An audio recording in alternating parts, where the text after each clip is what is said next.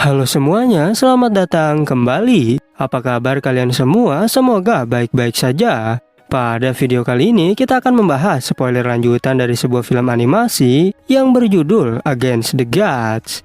Baiklah, daripada kalian semua penasaran, mari kita mulai saja pembahasan spoiler lanjutan untuk episode kali ini. Tanpa berbasa-basi lagi, langsung saja kita mulai videonya.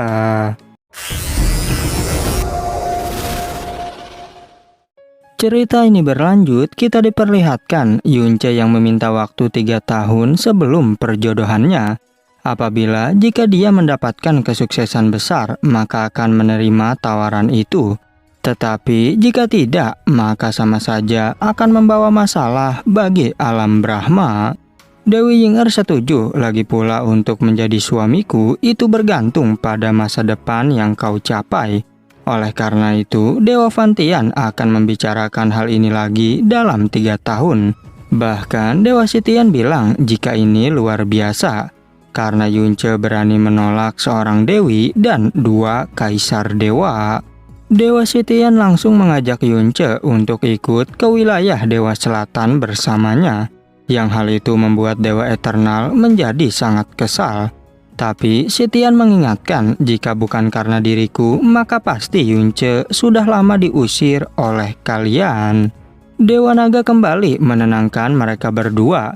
Ia berkata jika Yunce memiliki jiwa naga, yang di masa depan akan menjadi takdir besar bagi klan naga kami.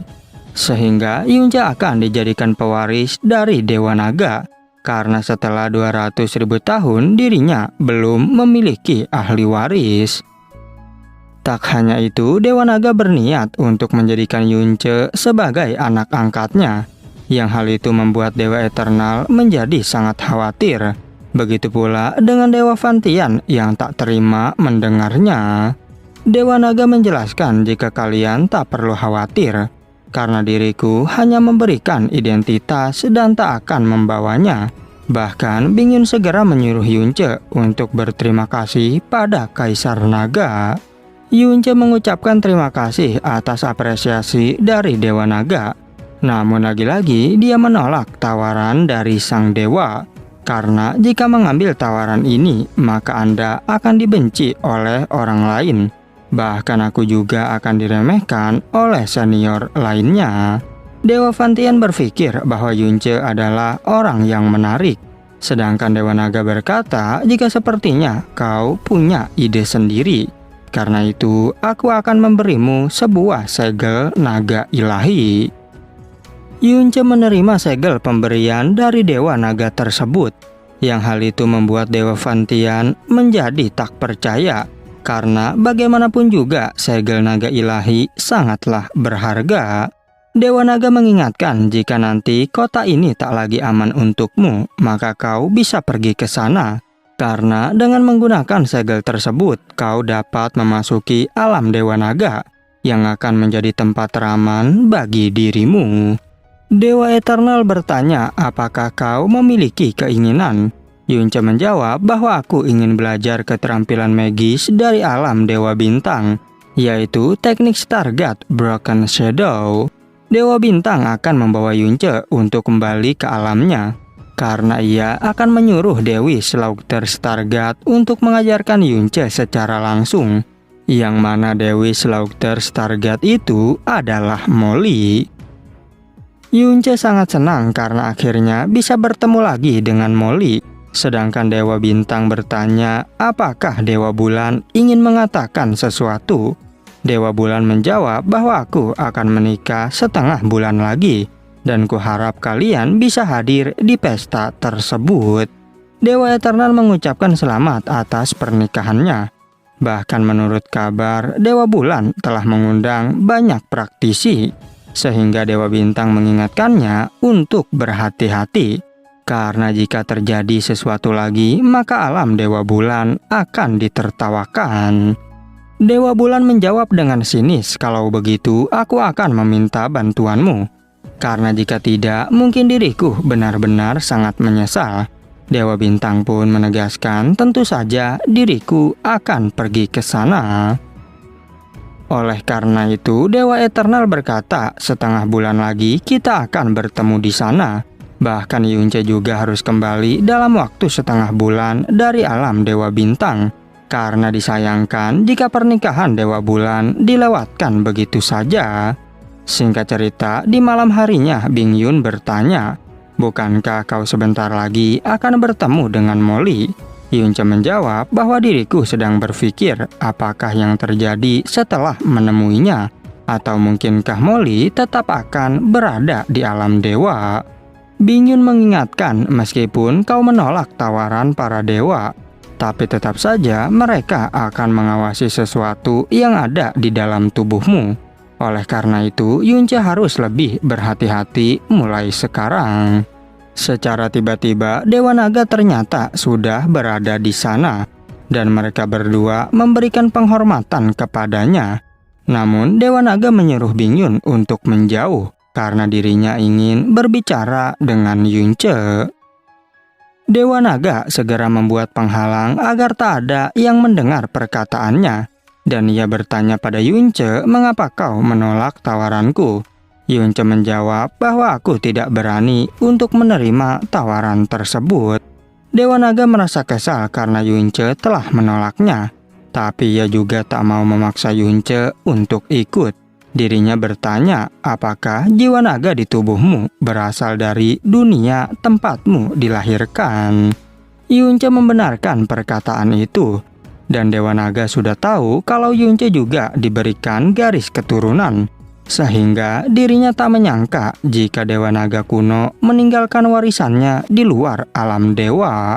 Ia juga berpikir tampaknya dunia itu pastilah sangat penting untuk Dewa Naga kuno.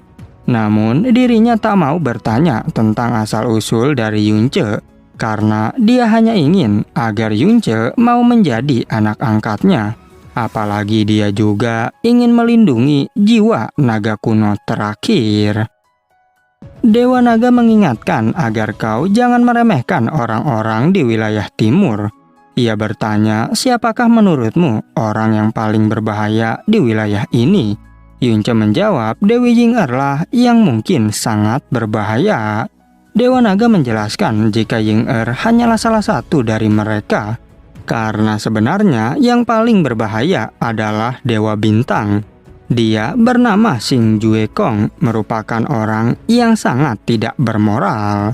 Oleh karena itu, Yunce disuruh untuk mengambil tindakan pencegahan, karena kau tak boleh mati menyia-nyiakan jiwa terakhir Dewa Naga kuno.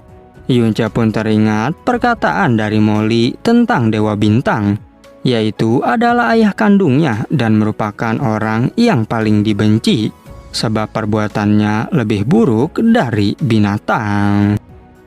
Setelah berbicara, Dewa Naga menghancurkan pelindungnya.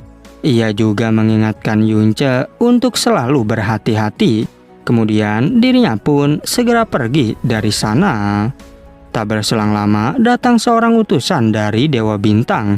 Ia memberitahu jika aku ke sini untuk membawa Tuan Muda Yunce. Oleh karena itu, Yunce pun langsung pamit untuk pergi sekarang. Dia juga menitipkan salam agar Bingyun memberitahu Guru Xuan Yin. Singkat cerita, tibalah Yunce di alam Dewa Bintang. Setibanya di sana, terlihat Moonflower dan juga Qiang Wei yang secara kebetulan bertemu dengan Yunce. Yunce sangat terkejut karena bertemu lagi dengan Moonflower. Sedangkan Moonflower bertanya, apakah kau adalah bocah yang dipanggil sebagai putra surga? Tapi Yunce menjawab, jika sebenarnya aku merupakan seorang junior. Moonflower berkata, bukankah namamu adalah Yunce?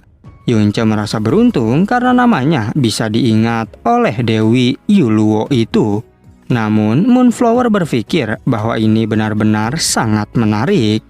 Moonflower mengatakan jika nama dan wajahmu sangat mirip dengannya, tetapi orang itu kini sudah mati. Bahkan sebelumnya aku mengira jika kau adalah kekasih dari Molly. Kemudian Qiang Wei memberitahu agar Moonflower jangan menakutinya, karena bagaimanapun juga Yunce adalah tamu dari Dewa Bintang.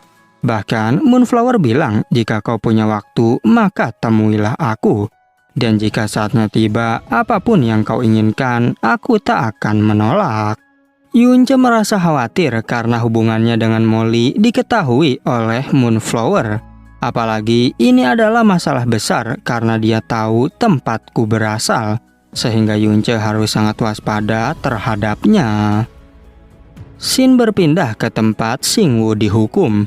Di sana, Molly bertanya, tahukah kau jika dirimu berbuat salah? Xingwu berjanji jika aku pasti tak akan melakukannya lagi. Xingwu meminta agar kakaknya itu dapat memaafkannya.